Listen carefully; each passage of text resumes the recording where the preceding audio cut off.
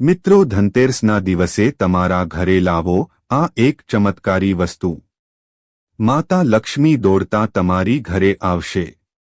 મિત્રો, ધનતેરસનો તહેવાર નજીક આવી રહ્યો છે.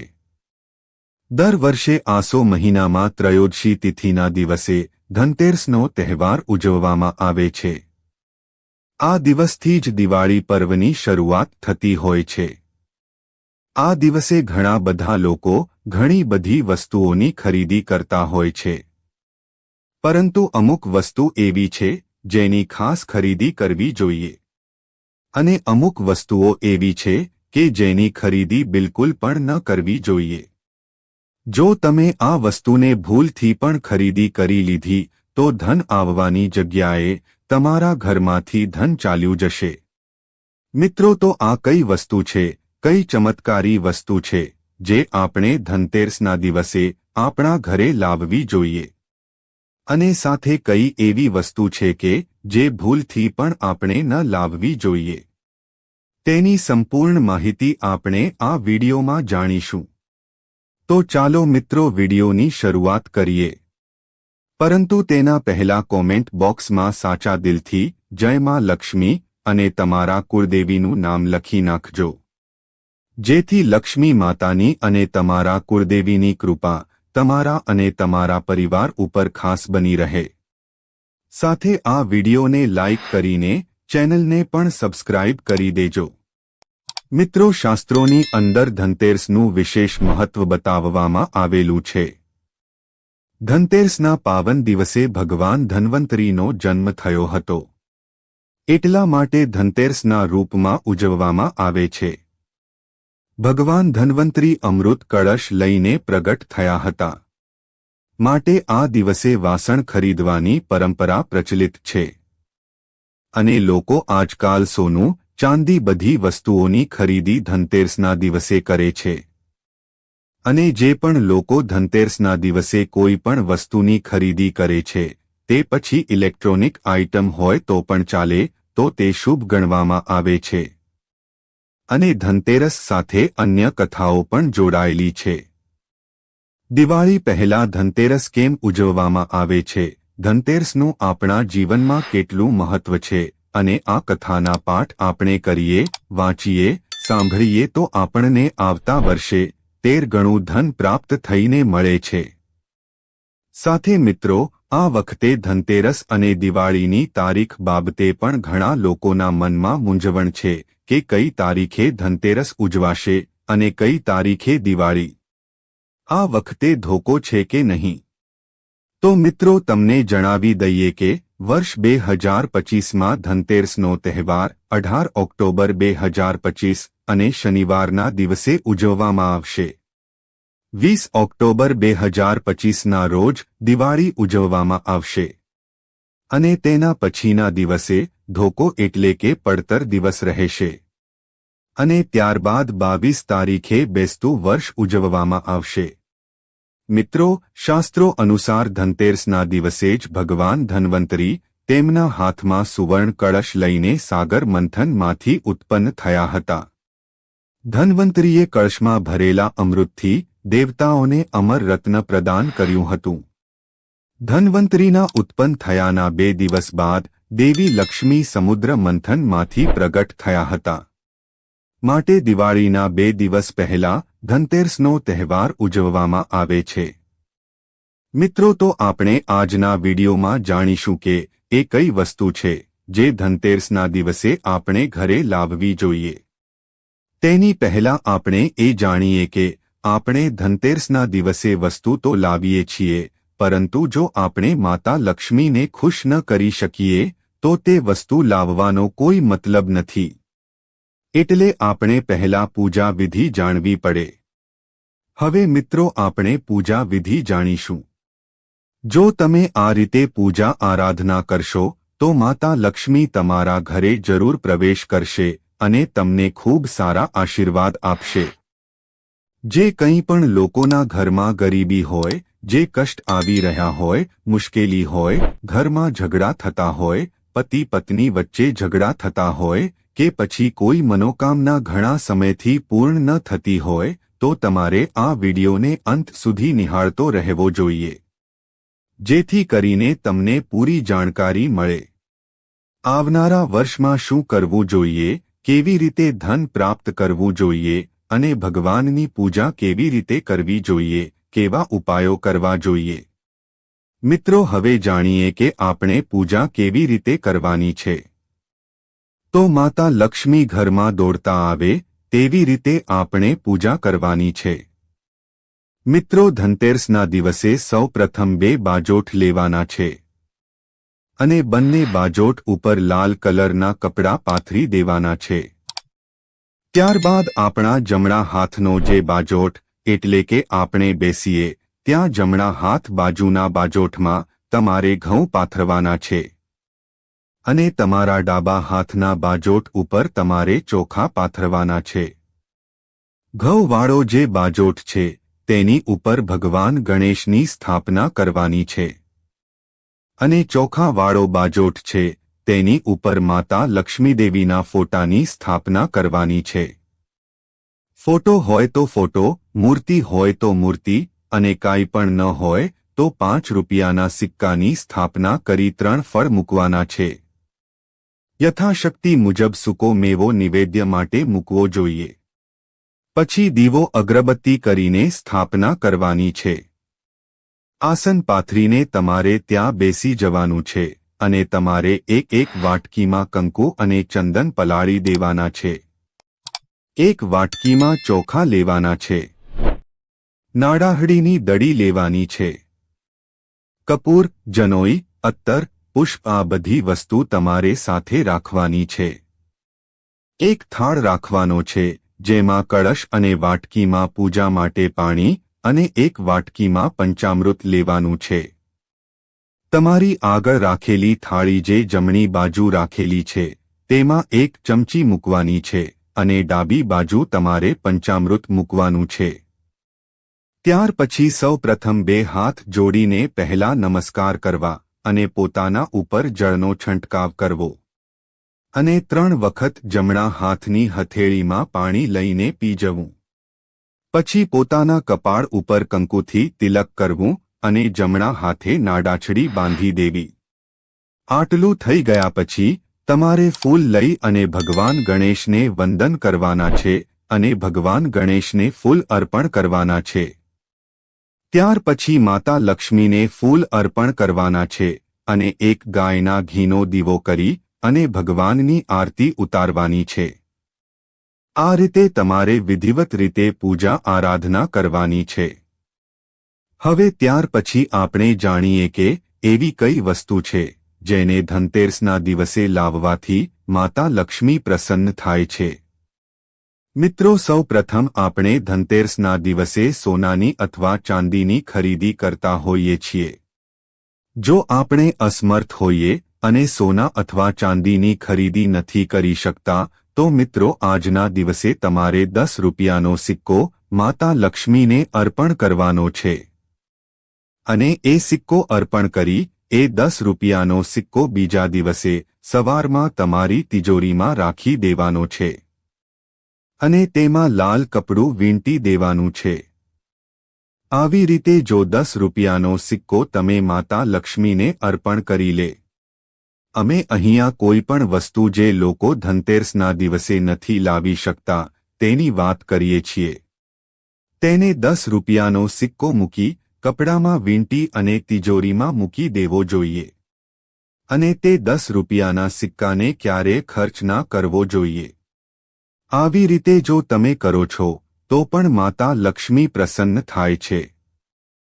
મિત્રો, હવે જે લોકો સમર્થ છે તેને સોના ચાંદીના સિક્કા, સોના ચાંદીની વસ્તુઓ, જે પણ વસ્તુઓ તમે ખરીદી શકો છો, જે પણ યથાશક્તિ મુજબ જે તમે ખરીદી શકો તે સૌથી પહેલા લાવીને તમારે પહેરવાની નથી.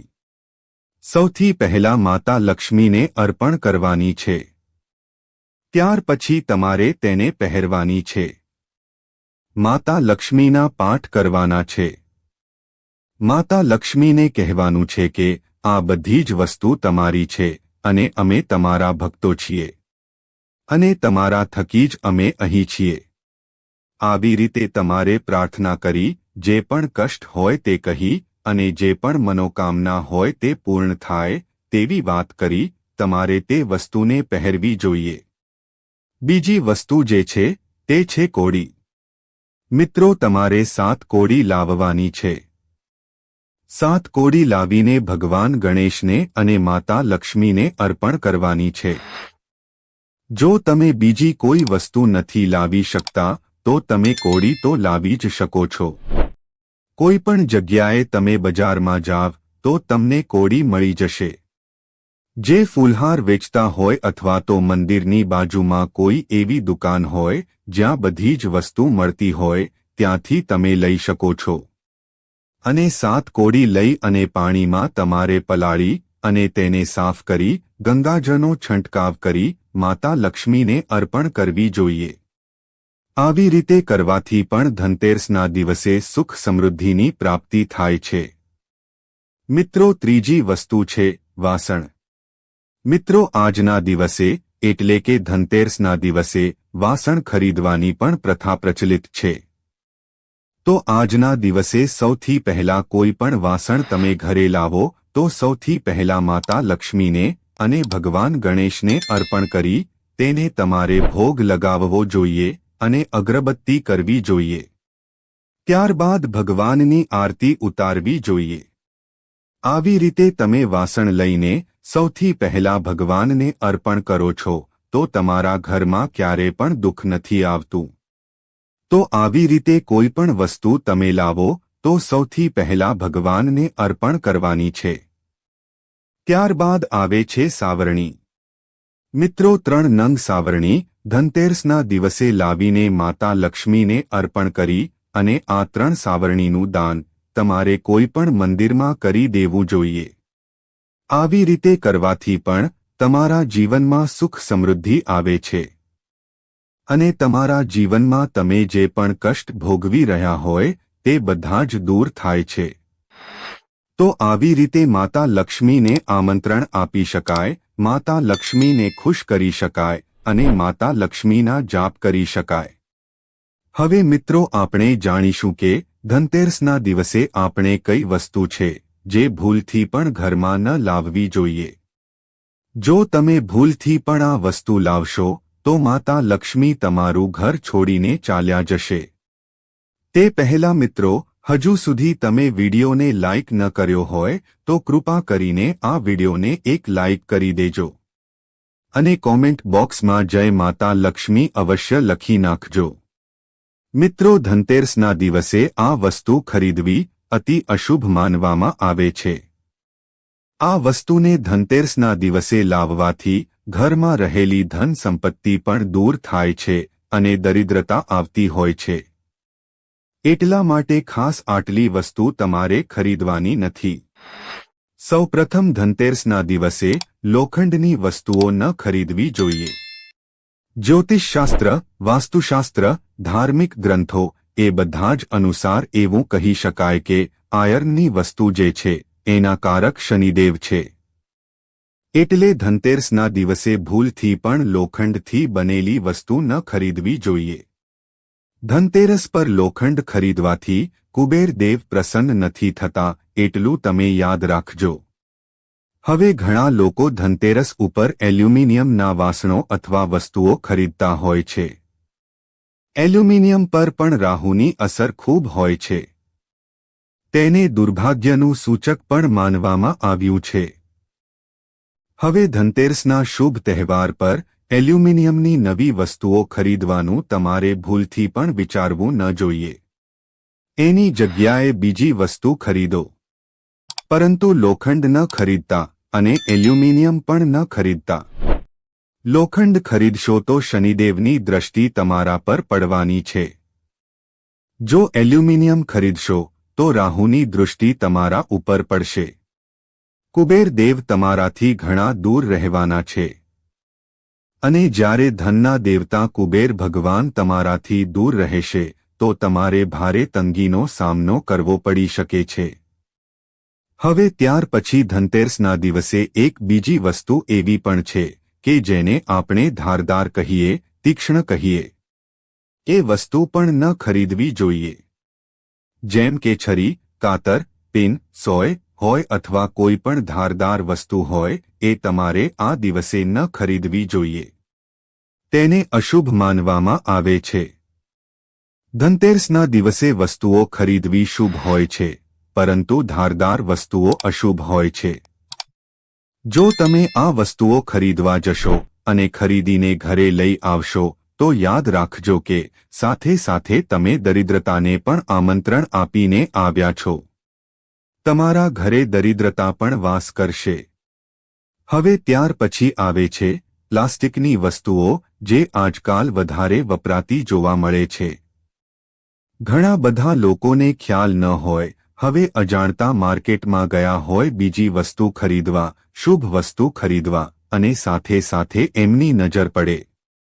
અને આમ તો અત્યારે દિવાળીના સમયે સાફ સફાઈ કરેલી હોય અને એવો ખ્યાલ આવી જાય કે આપણે એક ડબ્બીની જરૂર છે, ડબ્બાની જરૂર છે, અને ન ઈચ્છવા છતાં પણ ભૂલથી પ્લાસ્ટિકની વસ્તુ ખરીદાઈ જાય તો યાદ રાખજો કે પ્લાસ્ટિકની વસ્તુઓ ઘરમાં સમૃદ્ધિ લાવતી નથી. એટલે ધનતેરસના દિવસે તમે કોઈ પણ શુભ વસ્તુ ખરીદવા ગયા હોય ત્યારે ભૂલથી પણ સાથે બીજી વસ્તુ પણ ખરીદીને ન લાવતા, નહીતર એની એ જ પરિસ્થિતિ રહેશે. શુભ સામે અશુભ વધારે પડતું આવી જશે. એટલે ધનતેરસના દિવસે પ્લાસ્ટિકની કોઈ પણ વસ્તુ ખરીદવી ન જોઈએ. હવે બીજી વાત એ છે કે ધનતેરસના દિવસે કાચના વાસણ પણ ન ખરીદવા જોઈએ. કારણ કે કાચનો સંબંધ પણ રાહુ સાથે જોડાયેલો છે. એટલે ધનતેરસના દિવસે ભૂલથી પણ કાચ ન ખરીદવો જોઈએ. ધનતેરસના દિવસે કાચ ખરીદવાથી ઘરમાં આશીર્વાદની જગ્યાએ મુશ્કેલીઓ આવતી હોય છે. ઘરમાં ધનની જગ્યાએ દરિદ્રતા આવતી હોય છે. ગરીબીનો વાસ થતો હોય છે. એટલા માટે ખાસ આટલી વસ્તુઓનું ધ્યાન રાખજો. કાચની બોટલ અથવા કાચની કોઈ પણ વસ્તુ તમારે ખરીદવાની નથી. ધનતેરસ પર કોઈ પણ શુભ વસ્તુ તમે ખરીદી શકો છો. જેમ કે સોનું, ચાંદી, વાસણો, પરંતુ યાદ રાખજો કે લોખંડ ન ખરીદવું જોઈએ, એલ્યુમિનિયમ ન ખરીદવું જોઈએ. તીક્ષ્ણ અને ધારદાર વસ્તુઓ ન ખરીદવી જોઈએ. પ્લાસ્ટિકની વસ્તુઓ ન ખરીદવી જોઈએ. અને અંતે કાચના વાસણો અથવા કાચની કોઈ પણ વસ્તુની ખરીદી પણ ન કરવી જોઈએ. જો તમે એક નાની એવી ભૂલ કરી લેશો તો તમારા જીવનમાં તમારે અથાક મહેનત કરવી પડશે, અથાક પ્રયત્નો કરવા પડશે, અને મહેનત કર્યા પછી પણ તમને સારું પરિણામ પ્રાપ્ત નહીં થાય. હવે વર્ષો જૂની પરંપરા છે જે આપણા ધાર્મિક ગ્રંથોમાં લખાયેલી છે. આપણી સંસ્કૃતિ એને કેટલા વર્ષોથી આગળ ધપાવી રહી છે.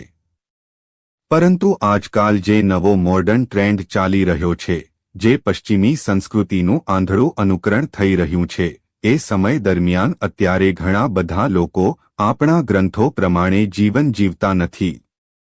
એક દુઃખની વાત એ છે કે આજકાલ વિદેશી ભૂરિયાઓ આપણા દેશમાં આવીને આપણી સંસ્કૃતિ અપનાવી રહ્યા છે, તો બીજી બાજુ આપણા જ દેશના યુવક યુવતીઓ વિદેશમાં જઈ વિદેશી સંસ્કૃતિ અપનાવી રહ્યા છે. હવે તમે વિચાર કરો કે આપણે એમનાથી આકર્ષિત થઈએ છીએ અને એ લોકો આપણાથી આકર્ષિત થાય છે. હવે એમની સંસ્કૃતિમાં કોઈ જ એવી વસ્તુ નથી. એ લોકોએ બધા જ ભોગ વિલાસ કરી લીધા છે. એટલે જ એને ખ્યાલ આવી ગયો કે આ બધું તો ખોટું છે. આ બધું વ્યર્થ છે અને જીવન ખોટી દિશામાં જઈ રહ્યું છે. અને એટલે જ એ લોકો આપણી સંસ્કૃતિ તરફ ખેંચાયેલા છે. આજે આપણા જે કંઈ સંસ્કાર છે એ સંસ્કાર એ લોકો અપનાવી રહ્યા છે. શા માટે? કારણ કે એ લોકોએ બધું જ ભોગવી લીધું છે અને બધા જ અનુભવ કરી લીધા છે. જ્યારે એ લોકો ભારતમાં આવે છે અને અહીંયાના ચમત્કાર જુએ છે, અહીંયાના દેવી દેવતાઓના દર્શન કરે છે, ત્યારે એમના શરીરમાં એક સકારાત્મક ઊર્જા ભરાઈ જાય છે. આજે ઘણા બધા લોકો જે લાખો કરોડો કમાતા હોય, કરોડોનો બિઝનેસ પણ કરતા હોય, તેવા લોકો ભારતમાં આવીને સંત બની જાય છે, સાધુ બની જાય છે. માત્ર પુરુષો જ નહીં પણ મહિલાઓ પણ તેનું અનુકરણ કરે છે. હવે તમે એક વસ્તુ વિચારો, આપણે આપણા ધર્મને વધારે આગળ વધારવો છે કે બીજા લોકોની જે સંસ્કૃતિ જ નથી કહેવાતી તેને આગળ વધારવી છે? કઈ વસ્તુ આપણા માટે ફાયદાકારક છે? જો તમે આ બધી વસ્તુઓનું અનુકરણ કરશો તો તેનો ફાયદો ક્યાંક ને ક્યાંક ચોક્કસ થતો હોય છે. ઘણા બધા લોકો આજના દિવસે ગીતાના પાઠ કરી આપણા ધર્મગ્રંથો પ્રમાણે જીવન જીવી ઘણી બધી સફળતા મેળવી ચૂક્યા છે. તે માટે કોઈના નામ આપવાની પણ જરૂર નથી. તમે કોઈ પણ વ્યક્તિનું નામ લઈ લો. ઉદાહરણ તરીકે સ્વામી વિવેકાનંદ જોઈ લો. સ્વામી વિવેકાનંદ સામે કોઈ પણ વ્યક્તિ આંગળીનો ચીંધી શકે. ભલે તેઓ વિદેશમાં ગયા હતા, છતાં પણ આપણી સંસ્કૃતિ અને આપણા સંસ્કારને ઉજ્જવળ બનાવ્યા હતા. એ જગ્યાએ લોકો તેમને માંથી બોલાવતા હતા. એટલા માટે ખાસ ધનતેરસના દિવસે આટલી વસ્તુ ન ખરીદતા. નહીતર તમારા પર સંકટ આવી શકે છે. મિત્રો, આ કોઈ ઉપજાવેલી કે બનાવેલી વાતો નથી. આપણા ધાર્મિક ગ્રંથોમાં દર્શાવેલી વાતો છે, જેનું અનુકરણ કરવું આપણા માટે ફાયદાકારક છે. ઘણા બધા લોકો આજે નાસ્તિક જેવા થઈ ગયા છે. એ લોકોને આ બધી વસ્તુ મગજમાં જ નથી ઘૂસતી. એ લોકો એવું કહે છે કે આ બધું ખોટું છે. પરંતુ જો એકવાર એનો પરચો તમારા જીવનમાં મળી જશે ને તો તમારી 7 પેઢી ગરીબીમાં પસાર કરશે, એટલું તમે યાદ રાખજો. તો મિત્રો, જો તમને આ વિડિયો પસંદ આવ્યો હોય તો વિડિયોને લાઇક અને શેર જરૂરથી કરજો. અને કોમેન્ટ બોક્સમાં જય માતા લક્ષ્મી જરૂરથી લખજો. સાથે અમારી ચેનલને સબસ્ક્રાઇબ કરીને બાજુમાં આપેલા બેલ આઇકનને પ્રેસ કરી ઓલ ઉપર સેટ કરી દેજો, જેથી તમને નવા વિડિયોની નોટિફિકેશન તરત જ મળે.